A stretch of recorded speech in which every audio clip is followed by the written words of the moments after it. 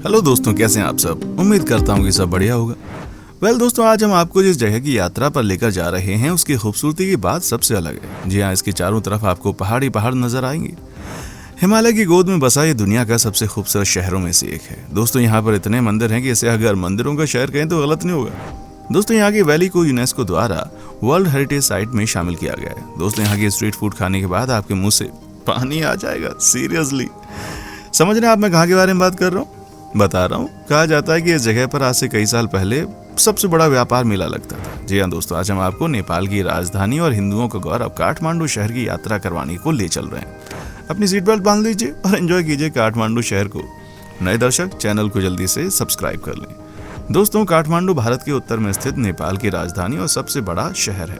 ये शहर काफी खूबसूरत है और काफी आकर्षक होने के साथ साथ यहाँ की संस्कृति, मंदिर और इमारतें हर साल दुनिया भर में लाखों की संख्या में लोगों को अपनी ओर आकर्षित करते हैं। लेकिन काठमांडू की सृष्टि को लेकर काफी सारी बातें नेपाल के लोगों के बीच में मान्यता देती हैं। दोस्तों, काठमांडू शहर की बात की जाए तो यहाँ की कुल आबादी है 25 लाख के आसपास। जी हाँ, इस शहर के कुल लैंड एरिया जो है वो है 49.45 स्क्वायर किलोमीटर का। दोस्तों, यहाँ पर बात है पॉपुलेशन डेंसिटी की, तो आपको बता दूं यहाँ पर 29,166 लोग आपको पर स्क्वायर किलोमीटर पर देखने को मिल जाते हैं। दोस्तों, काठमांडू को सिर्फ नेपाल की राजधानी के तौर पर नहीं जाना जाता, बल्कि ये दुनिया का एकमात्र ऐसा शहर है जो कि धरती से लगभग 4,500 फीट ऊपर बसा हुआ दुनिया का सबसे बड़ा शहर है। इसकी आबादी लगभग 25 लाख के आसपास है। यहाँ की खूबसूरती के दीवाने आपको दुनिया भर के लोग मिल जाएंगे। यहाँ की बात सबसे अलग है। काठमांडू को आध्यात्मिक शहर भी कहा जाता है और इस शहर का हर कोना बौद्ध मंदिर से भरा हुआ है जो हजारों साल पुराना माना जाता है। जी हाँ, इसमें कोई शक नहीं है कि हिंदू धर्म के कई बड़े बड़े मंदिर आपको इस शहर में देखने को मिलेंगे। पशुपतिनाथ मंदिर के दर्शन करने के लिए दुनिया भर से लोग यहाँ पर आते हैं। पर जो भी लोग भोले बाबा से जो कुछ मांगते हैं वो आपकी मन्नतों को पूरा कर देते हैं। महादेव की नगरी कहते हैं इसे। काठमांडू की सृष्टि से लेकर यहाँ के लोगों के बीच में काफी सारी बातें, मान्यताएं दी जाती हैं। नेपाल के लोगों के मुताबिक हजारों साल पहले काठमांडू में एक लेक हुआ करती थी जहाँ पर सांपों का काफी दबदबा माना जाता था। लेकिन माना जाता है कि किसी एक समय के दौरान मंजूश्री नाम का योद्धा ने आकर अपनी तलवार से इस लेक के पानी को सांपों से बाहर निकाल दिया और यहाँ पर एक शहर का निर्माण किया जिसे मंजू पात्र के नाम से जाना जाता है। प्राचीन समय के दौरान इस शहर को लोग कांतिपुर नाम से भी जानते थे, जिसका मतलब होता है धरती पर बसा एक गौरवमय शहर। जी हाँ, यहाँ का इतिहास बहुत पुराना है। आपको जानकर हैरानी होगी कि आज से हजारों साल पहले भी यहाँ पर लोग रहते थे। कई लोगों को ज्ञानी माना जाता था और आज भी यहाँ पर धार्मिक लोगों की कोई कमी नहीं है। काठमांडू में ज्यादातर बौद्ध और हिंदू धर्म का प्रभाव देखा जाता है। यहाँ की संस्कृति बौद्ध धर्म से काफी ज्यादा प्रभावित है। प्राचीन समय के दौरान काठमांडू को भारत और तिब्बत के बीच व्यापार करने का एकमात्र जरिया माना जाता था। जी हाँ, यहीं से एशिया के कई देशों में बिजनेस किया जाता था। आज भी माना जाता है कि इस शहर पर ठीक से ध्यान दिया जाए तो ये बड़ा बिजनेस हब बन सकता है। आज भी यहाँ पर कई फैसिलिटीज हैं पर उनकी कमी हो गई है। काठमांडू का नाम दुनिया के उन शहरों में आता है जो कि व्यापारिक तौर पर पूरी तरह से दूसरे शहर के ऊपर निर्भर है और काठमांडू का ज्यादातर सामान कोलकाता के द्वारा पोर्ट किया जाता है, कह के वहां पर लाया जाता है।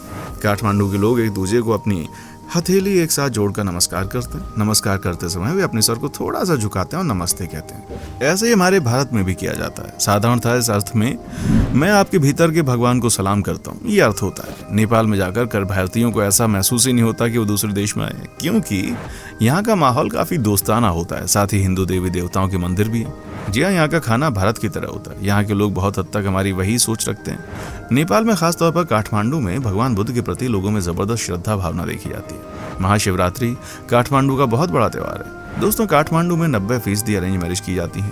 दूल्हा दुल्हन आमतौर पर शादी के दिन से पहले एक दूसरे को नहीं मिलते या नहीं देखते। भारतीयों को काठमांडू जाने में किसी भी चीज़ की जरूरत नहीं होती। उन्हें वहाँ जाने के लिए एक आधार कार्ड की फोटो की बस जरूरत होती है। क्या बात है यार, तभी तो हम कहते हैं कि इस देश के साथ हमारी बेटी और रोटी का रिश्ता है। वैसे आप पूरे नेपाल में कहीं पर भी जा सकते हैं। एवरेस्ट की चोटी आपको इस शहर से हर जगह देखने को मिलेगी। कहते हैं कि यहाँ से आपको ऐसा नज़ारा देखने को मिलेगा जैसे आपने और कहीं पर भी नहीं देखा होगा। दोस्तों, आपको बता दूं ये शहर 1400 मीटर सी लेवल से ऊपर है। कहने का मतलब है कि ये दुनिया का 17वां सबसे ऊंचाई में बसा हुआ राजधानी है। यहाँ का मौसम भी कमाल का होता है। यहाँ पर आपको हमेशा ठंड लगेगी, लेकिन फिर भी मौसम कमाल का है और मज़ेदार है। यहाँ के लोगों को आप हमेशा ठंड वाले कपड़ों में देखेंगे। दोस्तों, आपको बता दूं कि यहाँ के लोगों के बीच में नाच गाना बहुत ही पॉपुलर है। यहाँ पर आप देखेंगे कि लोग फुल ऑन मस्ती करते हैं। कहते हैं कि यहाँ पर रात का माहौल काफ़ी कमाल का होता है। यहाँ पर आप रोड साइड में पार्टी भी कर सकते हैं। पूरे शहर में आपको बॉन फायर करते हुए लोग मिलेंगे।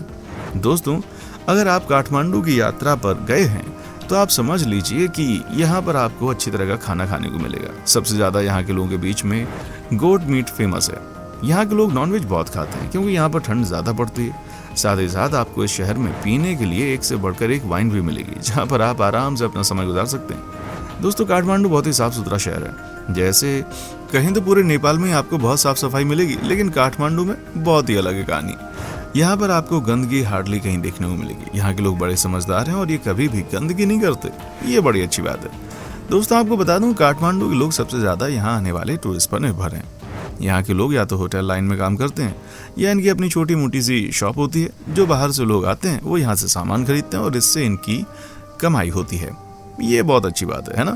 दोस्तों, आपको बता दूं, काठमांडू के लोगों को रोमांस किंग के नाम से जाना जाता है। जी हाँ, यहाँ के लोग बॉलीवुड की फिल्मों को बहुत पसंद करते हैं और ऊपर से खुद भी रोमांस के किंग होते हैं। हम ऐसा इसलिए कह रहे हैं क्योंकि यहाँ पर आपको ज़्यादातर कॉलेज के बच्चे अफेयर में पड़े मिलेंगे। ये अच्छी बात है क्योंकि ओपन माइंडेड होते हैं और सबसे कमाल की बात यह है कि ये अपने घर वालों से कुछ नहीं छिपाते। यहाँ के लोग खुलकर बोलने के लिए जाने जाते हैं।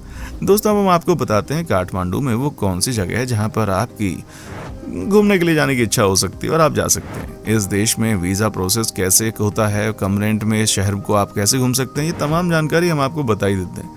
बस आप हमारी वीडियो को आखिर तक देखिएगा। राइट। पशुपतिनाथ टेम्पल। दोस्तों, ये बात तो हम सबको पता है कि नेपाल हिंदुओं का देश है। जी हाँ, यहीं पर शिव भक्तों की कोई भी कमी नहीं है। यहाँ के लोग भगवान शिव को बहुत मानते हैं। आपको बता दें दोस्तों कि पशुपतिनाथ टेम्पल नेपाल का सबसे फेमस मंदिर है। इसे भी यूनेस्को वर्ल्ड हेरिटेज साइट में शामिल किया गया है। कहते हैं कि नेपाल में सबसे ज़्यादा टूरिस्ट इसी जगह पर आते हैं। आपको ये बात तो पता ही होगी कि हमारे देश यानी कि हिंदुस्तान में कुल मिलाकर 12 ज्योतिर्लिंग है और एक नेपाल में। वहीं पशुपतिनाथ टेम्पल भी है, जो हमारे देश के प्रधानमंत्री श्री नरेंद्र मोदी भी वहां पर जा चुके हैं। कहते हैं कि बाबा के दर्शन जिसको हो गए उसकी ज़िंदगी सफल हो जाती है। दोस्तों, आपको बता दूं कि यहाँ पर आने के लिए, बाबा के दर्शन करने के लिए आपको कम से कम 5 से 6 घंटे का समय लग सकता है, क्योंकि यहाँ भी हज़ारों की संख्या में लोग आते हैं। दरबार स्क्वायर काठमांडू। दोस्तों, ये जगह है काठमांडू की जान, यहाँ की शान। कहते हैं कि यहाँ पर कई साल पहले राजा दरबार लगता था। लेकिन दोस्तों, अब आपके मन में सवाल होगा कि आखिर कैसे ये जगह इतनी पॉपुलर है। आपको बता दूं कि इस प्लेस में आपको यहाँ पर एक से बढ़कर एक आर्टिस्टिक वर्क देखने को मिलेगा। कहते हैं कि यहाँ पर आपको सबसे खूबसूरत नेपाल की आर्टिस्टिक चीज़ें भी मिलेंगी। इस प्लेस की खूबसूरती का अंदाज़ा इस बात से लगा सकते हैं कि इस जगह को भी यूनेस्को वर्ल्ड हेरिटेज साइट में शामिल किया गया है। कमाल का लोकेशन है यार। आप जब यहाँ पर होते हैं तो आपको एहसास होता है कि ये सबसे हैपनिंग प्लेस है। कहने का मतलब है कि यहाँ से आपको शहर के किसी भी हिस्से में जाने का एक्सेस तो है ही, लेकिन आपको यहाँ से कहीं और जल्दी जाने का मन ही नहीं करेगा, क्योंकि यहाँ का क्राउड, यहाँ का एम्बियंस सब आपको अपना दीवाना बना देंगे। तो दोस्तों, चाहे आप अपनी फैमिली के साथ जाएं या फिर अकेले, यहाँ पर जरूर जाइएगा। बुद्धनाथ। दोस्तों, बौद्ध धर्म के मानने वाले लोगों के लिए जगह जन्नत है। जी हाँ, ये इस देश का सबसे बड़ा स्तूप है जो कि पूरी दुनिया में फेमस है। यहाँ पर आपको हर समय हजारों की संख्या में लोग नजर आएंगे। सबसे अच्छी बात यह है कि हर धर्म के लोग आ सकते हैं। कहा जाता है कि यहाँ पर जो आता है वो यहाँ का दीवाना हो जाता है, जिस तरह से मंदिर को बनाया जाता है। साथ ही दोस्तों, यहाँ पर प्रार्थना करने वाले लोगों की फौज मौजूद रहती है। कहा जाता है कि अपने दिल की मुराद लेकर लोग यहाँ पर आते हैं और खुशी खुशी यहाँ से चले जाते हैं। वैसे दोस्तों, उम्मीद करते हैं कि हमारा आज का एपिसोड आपको बहुत ही पसंद आया होगा। ज़रूर आप हमको कमेंट करके बताइएगा कि आप कभी भी नेपाल गए हैं या नहीं गए हैं। वैसे नेपाल जाने के लिए आपको वीज़ा वगैरह लेने की ज़रूरत नहीं पड़ती है, ये हमने आपको पहले भी बताया है। अगर आपके पास पासपोर्ट है तो वेल एंड गुड, और अगर आपके पास सिर्फ आपका आधार कार्ड है तो उतने में भी काम चल जाएगा। आप जाइए, आराम से नेपाल जाएँ, काठमांडू घूम करके आएँ, बाबा पशुपतिनाथ के दर्शन करके आएँ। दोस्तों, उम्मीद करता हूँ हमारे एपिसोड आपको बहुत पसंद आया होगा। अगर आप हमारे चैनल पर नए हैं तो प्लीज़ चैनल को सब्सक्राइब ज़रूर करें, क्योंकि हम आपके लिए रोज़ इस तरह की वीडियोस बनाते रहते हैं। हमारे चैनल को और हमारी वीडियो को अपने दोस्तों के साथ में, अपने परिवार में लाइक, शेयर और सब्सक्राइब करने के लिए ज़रूर कहिएगा। राइट। देखने के लिए शुक्रिया।